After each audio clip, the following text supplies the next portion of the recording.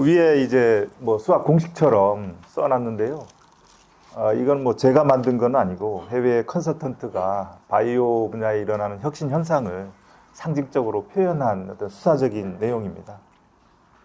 G는 이제 유전체, 생명 과학의 핵심 이제 영역에서 일어나고 있는 현상들을 이제 과학 영역에서 설명하는 거고요.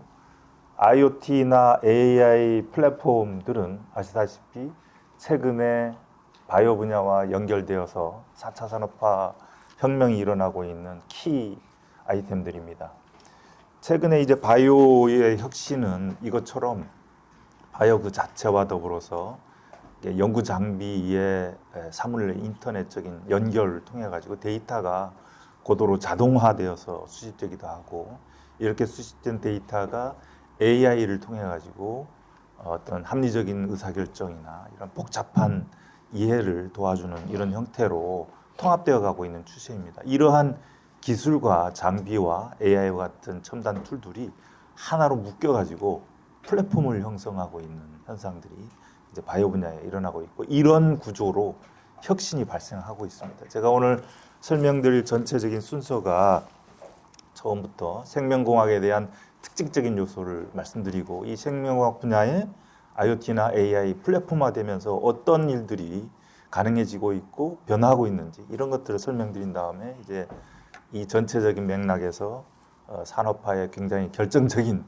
바이오의 굉장히 특징적인 규제과학으로서의 어떤 규제 비즈니스의 어떤 특징 요소와 연결지어서 설명을 마무리할까 이렇게 생각해 봅니다. 다음 페이지가 생명공학이 갖고 있는 가장 본질적인 특징을 설명해 보고자 합니다.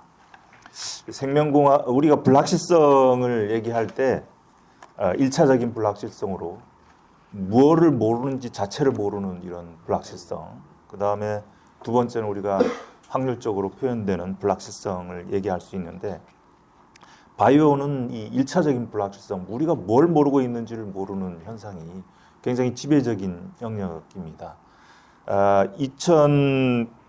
2009년대 OECD에서 바이오 경제라는 보고서를 냈는데요. 그 바이오 경제 보고서의 키 맥락이 왼쪽에 이제 그림으로 표현되어 있습니다. 가운데에 G, 게놈에 해당되는 생명공학의 과학 영역이 들어 있고요. 이 과학의 혁신에 의하여 보건의료나 농식품, 산업 분야에 파급돼서 산업 경제적인 효과를 만들어내는 문제를 바라보고 있고, 또 유의할 수 있는 사항은 보건의료 분야에서 만들어진 기술이나 제품 아이디어들이 농식품 분야에 적용되기도 하고 산업 분야에 적용되기도 하면서 서로 영향을 주고받고 있다는 것을 화살표의 크기로 표현하고 있는 겁니다. 이러한 현상을 생명과학의 혁신에 의하여 다양한 산업 응용 분야에서 같이 창출을 하고 있는 모습을 일컬어서 바이오 경제라고 얘기를 했었고, 이 바이오 경제가 2030년에는 꼽힐 거다라는 이 전망을 이 보고서가 담고 있습니다.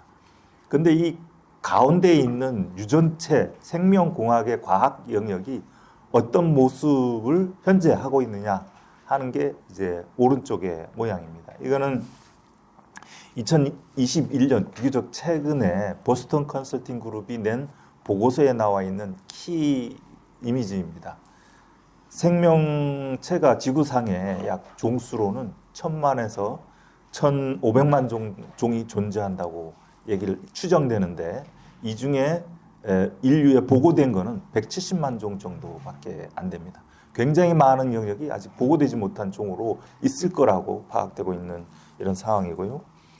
그 다음에 그 생물 종 중에 유전체 분석이 되어 있는 것들이 막 10만 종 정도가 이렇게 되고, 그 다음에 이제 그 원자가 70개 미만으로 구성되어 있는 조그마한 유기물이 이제 세계 최대의 그 퍼블릭 데이터베이스에 보고되어 있는 것이 약 7천만 개 정도가 이게 보고되고 있습니다. 근데 실질적으로 존재할 거로 예상되고 있는 것들은 약 10의 60승계라고 합니다. 그러니까 우리가 보고되지 못한 엄청난 유기물 분자들이 존재하는데 이 유기물 분자들은 소위 뭐 단백질이나 뭐 이게 그런 것 핵산 뭐 이런 것들을 다 앓고 아우르는 이런 얘기입니다. 그리고 맨 밑에 이제 하나 더 예시를 달았는데요.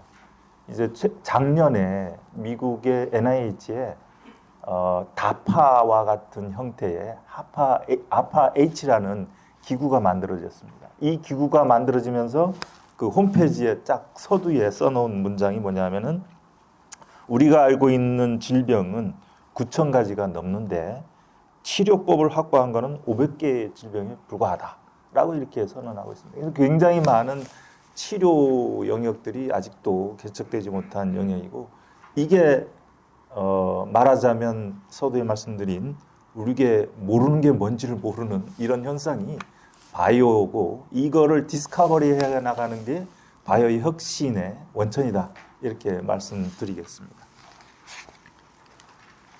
다음 페이지로 가면은 잘 아시는 어떤 컨셉입니다. 신약 개발 과정에 얼마나 오랜 시간이 걸리는지를 이제 보여주는 이런 그림인데요. 2017년도에 그 플러스 그 저널에 실린 자료입니다. FDA의 신약 승인된 내용들을 통계적으로 추정해 봤더니 기술이 확립되는 데까지만 해도 25년의 시간이 걸렸고 그리고 임상 착수까지는 29년, FDA를 통해서 승인되는 데에는 36년이 소요된다고 합니다. 굉장히 오랜 기간 동안에 어떤 지식 축적과 그리고 트라이얼 에러를 거쳐서 하나의 신약이 탄생하는 어떤 이런 분야입니다. 굉장히 확률적으로도 불확실한 영역이라고 말씀드리겠습니다.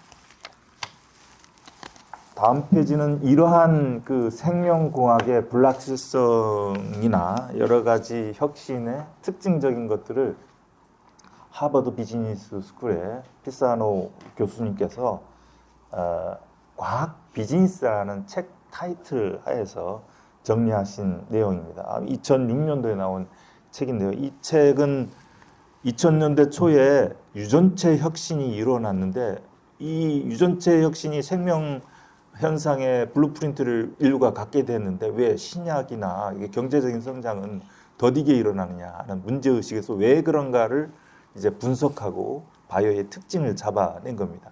앞서 말씀드린 내용을 다 집약하고 있습니다. 첫 번째는 그야말로 극도의 다양성과 복잡성을 갖고 있고 그 내용은 아까 말씀드렸습니다. 근데 여기에서 이 복잡성과 다양성이 제품화되어서 가치를 창출하려고 한다면 통합되어야 된다는 문제가 있습니다. 예를 들어서 유전체 수준에서의 어떤 힌트를 갖고 의약품을 만들어낸다고 하더라도 이게 인체에 들어갔을 때 조직이나 장기 뭐 다양한 어떤 생체 메커니즘에서 질병으로 어떤 부작용으로 나타나지 않으려면은 그 다른 어떤 임팩트들에 대한 이해가 동시에 이루어져서 지식들이 통합되어야 되는 이런 현상이 있습니다. 그런 것들을 굉장히 중요하게 지식을 어떻게 통합할 것이냐의 문제가 굉장히 중요하고요. 그 다음엔 극도의 어떤 불확실성, 장기간의 노력을 통해 가지고 이루어지고 안전 윤리 같은 것들이 또한 결부되기 때문에 비즈니스에 굉장히 많은 불확실성이 존재하고 있습니다. 마지막으로는 이제 누적적인 학습이 요구되는 분야입니다. 신약 하나를 개발하는데 좀 전에 보신 것처럼 장기간이 걸리는데 10,000개의 신약 아이디어가 하나의 신약 아이디어로 좁혀져가는 과정이 아까 통계적으로 보여진 부분입니다. 근데 여기에서 10,000개의 아이디어 중에서 하나의 신약으로 만들어지는 과정에 그 9,999개의 성실 실패가 있습니다. 어떤 것들이 열심히 해봤더니 약이 안 되더라라는 것을 이렇게 오랜 기간 동안 경험적으로 알아내고 그 과정으로 지식을 축적해서 이제 신약을 찾아나가는 이런 부분입니다. 여기에는 굉장히 그 연구자의 인사이트나 노하우가 매우 중요한 작용을 하고 그래서 지식을 만들어내서 특허화한다고 하더라도 이걸 기술 이전하고 나면은 그 받는 파트에서 이 과학적인 이해를 동시에 이제 가져갈 수가 없기 때문에 신약 개발 안에 또 많은 시간이 소요되고, 그래서 이제 기술 연구 파트와 기술 사업화 파트가 또 링크되는데도 굉장히 많은 어려움이 있기 때문에 이런 부분도 이제 바이오가 갖고 있는 중요한 특징이 되겠습니다. 이러한 3대 특징들이 이 피사노 교수의 어떤 연구에 포착이 되었고, 이게 바이오 분야의 비즈니스 모델, 장기간의 하이 리스크 하이 리턴과 같은 어떤 특징을 갖고 있는 비즈니스 모델들을 구축해야 되고, 거버넌스나 혹은 규제와 같은 제도 구성에도 굉장히 많은 영향을 미치고 있다고, 이런 파트에서 혁신이 일어나야 기대했던 바에 유전체 혁신이 경제적인 혹은 사회계적인 가치를 창출할 거다라고 이렇게 보고서는 최근 설명하고 있습니다. 다음은 말씀드린 바이오 2030의 경제를 겨냥해서 아까 말씀드린 특징적인 바이오 분야의 한계나 어떤 어려움들을 극복하기 위한 부단한 노력들이 이어지고 있습니다. 이러한 부분에서 미국의 이제 과학 한림원에서 낸 보고서입니다. 2009년도에 낸 보고서인데요. 뉴 바이올로지라는 현상을 이제 포착하였습니다. 여기에는 생명의 복잡한 그 내용들을 분석하고 또 가치로 창출하는데 뭐 IT적인 요소라든지 어떤 기계적인 거나 물리 화학적인 거나 다양한 분야의 기술들을 총동원해서 바이오의 지식과 통합시키고, 이를 통해서 이제 그 규명된 생명 현상을 산업 가치로 전환하고 사회적인 이슈를 해결하는데 적용할 수 있는 방향으로 바이오가 가고 있고, 또 그렇게 가야 된다라는 가이드를 이 보고서는 담고 있습니다. 다음 페이지는 그렇게 해서 히스토리가 만들어져 왔고 최근까지 어떤 생명공학이 발전해 왔습니다. 이 그림을 우리 강성화 서기관님이 국가 아젠다 자료에다가 딱 넣어 놓으신 그림을 제가 인용해서 가져온 건데요. 최근에 그 바이오 분야의 혁신의 화두는 어떤 뉴 바이올로지 개념 속에서도 특히 디지털 데이터에 근거한 어떤 스마트한 형태로 혁신되어 가고 있는 부분입니다. 여기에 뭐 인공적으로 어떤 AI나 로봇을 동원해 가지고 생물체를 재설계해내는 이런 기술들이 최근에 이제 인공 생명체를 탄생시키는 번식이 가능한 미생물을 인공적으로 만들어내는 사례가 보고되기도 했고, 또 최근에 그 언론에도 굉장히 많이 회자됐습니다. 구글 딥마인드인 알파폴드가 1, 2를 거치면서 인체 단백질 구조를 혁신해 나간, 2018년까지 인체 단백질 구조가 규명된 게 1% 미만이었는데 22년도 중순에 발표된 알파폴드 2는 98% 2만 개에 가까운 인체 단백질 구조의 98%를 예측하는 놀라운 이제 성과를 보였습니다. 인류가 2018년까지 해왔던 게 1%라면 그 나머지 4년 사이에 나머지 97%가 이제 규명되어 가고 있는 이런 놀라운 추세로 디지털 융합이 일어나고 있습니다. 이런 디지털 융합에 이런 구조가 기술이 있습니다. 생명 현상을 관찰하는 기술, 그리고 그걸 해석하는 기술, 그리고 그걸 제어해서 활용할 수 있게 해주는 기술이 최근 고도화되고 발전하고 있고, 이런 부분들이 굉장히 정밀하게 생명 현상을 어떤 포착해서 구성하고 또 다양하고 복잡한 요소들을 파악하면서도 이걸 해석할 수 있게 해주고, 그리고 해석할 수 있을 뿐만 아니라 인공적으로 통합해서 시스템적으로 결합하는 이런 형태로까지 기술들이 이러한 어떤 포트폴리오를 갖고 이제 개발되고 있습니다. 여기에 크라이오 전자현미경만 하더라도 2017년도에 노벨상을 받은 어떤 기술인데요. 단백질 구조를 밝히는데 3D 구조를 밝히는데 결정적인 역할을 한 전자광학 현미경입니다. 이런 기술들이, 이런 툴들이 개발되어서 생명 현상을 밝히고 있는데, 이러한 과정에서 생명 그 자체의 어떤 구성이나 구조, 패스웨이와 어떤 시스템, 이런 것들에 대한 데이터가 엄청난 양이 쏟아지고 있습니다.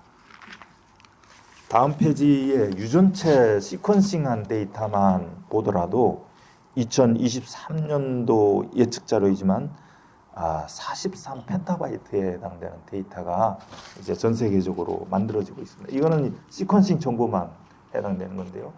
근데 이 엄청난 데이터량이 어떤 가치 창출을 위한 특수한 영역에서 좁혀보면은 구멍이 숭숭 뚫려 있습니다. 생명 현상의 그 복잡성이나 다양성이 아직 굉장히 앞서 보이는 것이 많기 때문에, 어떤 그러한 현상 때문에 다양한 연구자들이 데이터를 만들어내고 있지만, 가치 창출을 위해서 뭔가 데이터를 통합시키려 보면은 데이터들 각각이 다른 기준으로 만들어져 있다든지, 또 아예 연구가 안 돼 있다든지, 이러한 페타급의 데이터를 갖고도 우리가 가치 창출을 하는데 굉장히 한계를 갖고 있는 영역 그 현상을 보이고 있습니다. 다음은 이제 이렇게 데이터들이 쌓이면서 어떤 식으로 이제 혁신이 일어나고 있는지를 한번 좀 보여드리면, 이게 연구 장비에 사물 인터넷 기술이 적용되고, 또 로보틱스가 적용되어서 자동화되어서 실험을 시행하고 표준적인 데이터를 만들어냅니다. 그 데이터들이 축적되면은 이 데이터에 대한 분석을 통해 가지고 뭐 어떤 데이터에 근거한 아이디어를 만들어낼 수 있고, AI의 도움을 받아서 뭔가 시뮬레이션을 할 수도 있고 하는 현상이 됩니다. 그래서 그 데이터 플랫폼을 기반으로 연구를 설계하고 실질적인 연구를 진행해서 예측하고 검증하는 이런 형태의 위에 보시는 바와 같은 표와 같은 현상이 일어나고 있습니다. 그리고 그 밑에는 유전체 수준에서부터 단백질, 어떤 생체의 어떤 메타볼라이트까지 패스웨이가 통합되면서 어떻게 영향을 주고 있고 하는 부분으로 데이터들이 이렇게 연결되어 가고, 그리고 그런 과정에서 어떤 아까 말씀드린 이러한 위에서의 방식처럼 순환이 일어나는 이런 현상들이 만들어지고 있습니다. 이게 최근에 생명공학을 연구하는 새로운 트렌드가 되겠습니다. AI나 로봇과 결합하고, 이제 그래서 연구가 계속 그 트라이얼을 하면서도 보정되고, 그 연구 컨셉이 진화하는 이런 모습들을 담아내고 있습니다. 다음 페이지는 이런 것들이 가치를 만들어가는 이제 경로를 따라서 역시 또 작용되고 있고요. 특히 이제 표적 탐색에서부터 어떤 신약 물질을 발굴해내고, 그리고 최적화하고 임상하고 제품화하는 전 과정에 그 다양한 이제 그 생물적인 이해에 기반을 두고, 또는 임상의 결과를 축적하는 데이터베이스들이 쭉 만들어져 가고 있습니다. 그리고 그거를 이제 빅데이터 개념으로 맨 밑에 표현해 놨는데요. 이런 데이터 기반으로 어떤 축적된 요소들이 AI나 이런 것들의 도움을 받아 가지고 예측하고 모델링하고, 그래서 시뮬레이션하고 실증 검증하고, 이거를 무한히 반복하는 형태로 해서 맨 윗단에 가치 사슬을 신속하게 연결시키고 진행시켜주는 이런 지원을 하고 있습니다. 이 여기에서도 한 가지 포인트를 잡아서 좀 더 부연하고 싶은 거는, 생물체에 대한 이해, 앞서 우리는 뭐 관찰하고 해석하고 어떤 그거를 제어하는 이런 것과 관련된 뭐 바이올로지 빅데이터들이 구축되어 가고 있는데, 저는 그게 굉장히 키가 되는 현상이라고 봅니다. 그리고 이게 유전체 데이터하고 뭐 단백질 데이터베이스가 서로 어떤 연결되어야 되고 통합되어야 가치를 창출할 수 있기 때문에 향후 데이터베이스들이 특수한 분자 수준에서의 데이터베이스가 만들어질 뿐만 아니라 그 분자 각각의 어떤 레벨이나 계층에서 데이터들이 통합되어 가면서 생명 현상 자체를 더 리얼하게 실질적으로 보여주는 구조가 만들어지고 그게 신약 개발에 적용되는 이런 형태로 발전해 나갈 것이다. 그래서 이게 미래에 저는 이게 맞춤 무료를 위한 빅데이터 셋이 뭐 지금 굉장히 화두가 되어 있기도 하지만 생명 과학을 위한 빅데이터 셋이 바탕이 되어야 그러한 좀 더 현실에 적용되는 가치 창출의 원천이 창출될 수 있다고 좀 말씀드려 봅니다.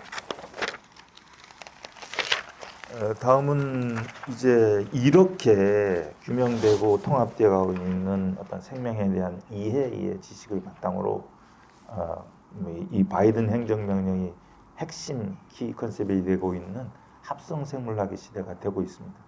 이때까지 생명 현상에 대한 이해를 위해서 분석적으로 읽어냈던 일들이 무한히 반복되고 축적이 되어 왔지만 그것도 굉장히 모자라다고 말씀드렸습니다. 그럼에도 불구하고 부족한 지식 속에서 이해 속에서 생명체를 만들어내고 있습니다. 어떤 AI 로봇과 같은 어떤 기술을 도입해 가지고 기존에 이해한 부품, 생명의 부품, 유전자 부품, 회로, 모듈 이런 것들을 통합시켜서 딱 우리가 필요로 하는 물질만을 생산해내는 매우 효율적인 생명체를 이제 만들어내는데 그걸 대부분은 미생물체에다가 투영해서 우리가 원하는 물질을 만들어내는 시스템으로 가고 있습니다. 이 바이든 행정명령의 핵심 내용 중에는 이처럼 어떤 물질을 만들어내는 바이오 물질을 만들어내는 플랫폼으로서의 바이오 파운드리 같은 이런 개념들이 이제 아까 박재천 의원께서도 말씀하신 것처럼 세계 물질 생산의 3분의 1을 점하게 되는 시대가 금방 올 것이다. 이러한 시대에 대비해서 미국이 뭘 해야 될 거냐를 담고 있는 게 이 바이든 행정명령이 되겠습니다. 이거는 그전에 읽는 시대에서 잘 모르지만 써보는 시대로 가고 있고 쓰기 시작하니까 써보니까 읽었던 게 옳은지를 더 빠르게 알게 되고 그래서 이제는 어떤 새롭게 쓴과 동시에 읽을 것들을 더 빨리 찾아낼 수 있는 상황으로 가고 있습니다. 그래서 다음 페이지에 제가 그간의 이제 바이오가 디지털 전환되면서 나타나고 있는 현상을 요약적으로 설명했습니다. 바이오가 갖고 있는 장기 고비온의 어떤 특징들을 말씀드렸고요. 바이올로지가 디지털화 전환되면서 가상 공간에다가 생명체를 구현하는 디지털 트윈이 만들어지고 있고 또 그렇게 이해된 바탕을 통해 가지고 여러 생명체의 여러 패스웨이 중에서 딱 우리가 필요로 한 것만 남겨놓고 나머지는 다 지워서 딱 효율화되는 어떤 생명체를 만들어내서 이제 물질 생산에 이용하고 있습니다. 그리고 이런 것들이 어떤 양쪽을 다 오가면서 혁신하는 형태로 발전하고 있습니다. 요거는 제가 이제 이러한 일들을 위해서 미래의 랩이 굉장히 혁신해야 됐다는 얘기고 그 혁신에는 데이터와 IoT 장비와 그리고 핵심 기술들이 하나로 통합된 퍼실리티가 만들어야 되고 이것이 중심이 되어서 다양한 군소 아이디어 연구자 집단들을 한꺼번에 도와줄 수 있는 형태로 가져야 데이터 어떤 플랫폼 속에서 혁신이 가속화될 거다 하는 것을 말씀드리고 다음은 이제 이런 식으로 디지털화되다 보니까 바이오 분야의 R&D 전략이 완전히 바뀌고 있습니다. 이건 유럽의 어떤 범국가적인 다국가가 참여하는 프로젝트인데 라이프타임 이니셔티브라고 하는 내용입니다. 한쪽에는 디지털 트윈을 만들어가고 한쪽에는 그 환자 유래의 어떤 오가노이드를 만들어냅니다. 예를 들면 환자 유래의 어떤 간이라고 한다든지 이런 것들을 만들어내 가지고 양쪽을 오가면서 실험 데이터를 만들어내는데 그 데이터를 집약해서 AI가 효율화 시뮬레이션 해내고 그래서 양쪽의 어떤 진화를 거듭할 수 있게 해가지고 데이터 생산 속도를 높이고 연구 과학적인 규명을 높여나가는 이런 전략들이 구사되고 있습니다. 그리고 생명 현상에 대한 빅데이터 플랫폼을 만들어내고 실용화한 사례가 메신저 RNA 백신의 그 대표적인 사례입니다. 그래서 다양한 그 메신저 RNA를 만들어내는 어떤 센트럴 도그마의 그 영역을 유전사에서 단백질 만드는 영역을 디지털화했습니다. 이렇게 디지털한 플랫폼 하나를 갖고 메신저 RNA가 적용할 수 있는 다양한 모달리티의 어떤 식품이나 의약품, 물질 뭐 이런 것들을 다 병렬적으로 연구하는 시대가 되어 있습니다. 그리고 다음은 이제 이러한 바이올로지가 특수한 목적을 위해서 쓰이는 테크놀로지처럼 쓰이는 시대가 되어 있습니다. 이제 인공적으로 정밀하게 설계된 생명체가 만들어지고 이 생명체가 정밀한 어떤 물질들을 만들어내서 다양한 산업에 신속하게 파급되는 시대가 되어 있고요. 생물 그 자체가 정밀 제조의 플랫폼으로 쓰이는 시대가 되어 있습니다. 이러한 과정에서 어떤 비용 절감이나 신기능 향상, 또 새로운 부가 서비스, 정밀 맞춤 의학과 같은 어떤 비즈니스 사례들이 속속 등장하고 있습니다. 이에 비춰 볼 때 또 이러한 기술들이 어떤 환경 친화적인 모습이나 혹은 뭐 백신과 같은 부분 혹은 안보와 같은 이런 부분에서도 기여하고 있는 이런 관점, 글로벌 그 지속 가능한 개발에 기여하는 이런 부분들에 파급되는 현상을 볼 때 바이오가 단순히 바이오 의학이나 기기 이런 산업을 육성하는 문제가 아니고 어떤 전반의 총체적인 사회 경제적인 변혁을 이뤄내는 대전환의 키 요소라는 것을 이제 말씀드리겠습니다. 하여튼 바이든 행정명령의 키워드를 이제 키 전략들을 보면은 이렇습니다. 이 정책에서부터 사회 문제, 규제, 데이터 혹은 그것으로 만들어지는 경제적 가치를 추정하는 문제, 표준화하는 문제 이런 것까지를 다 아우르는 행정명령이 이제 만들어져 있고 이게 키를 엔지니어링 바이올로지에 포커싱하고 있습니다.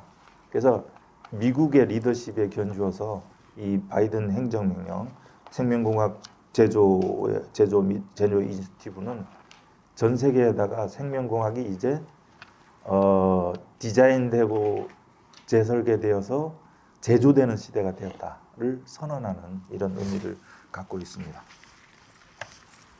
말씀드린 것처럼 생명공학이 이제 레귤레이션 과학이 영역입니다.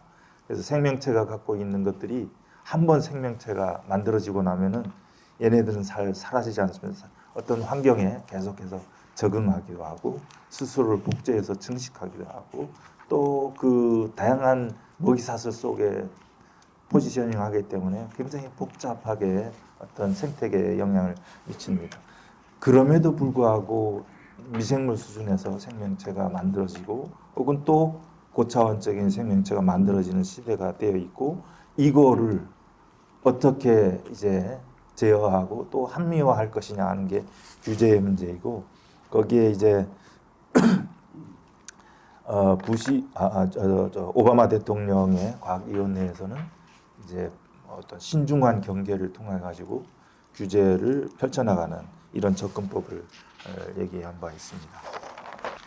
마지막으로 한 번 더 이제 강조하고 싶은 사항이 쓰기 시작하면서 읽기가 매우 중요해지는 새 세기가 되었고 그래서 이제 다시 생명과학의 시대가 되어가고 있다라고 이렇게 말씀드리겠습니다. 바이오의 산업경제적인 임팩트를 만들어내는 일들이 정부의 역할론에서 비춰보면은 이 과학의 영역을 어떻게 어떤 효과적으로 지원해가지고 아이디어를 원천을 넓혀나갈 거냐 하는 데 집중돼야 된다고 저는 생각을 하고 있습니다.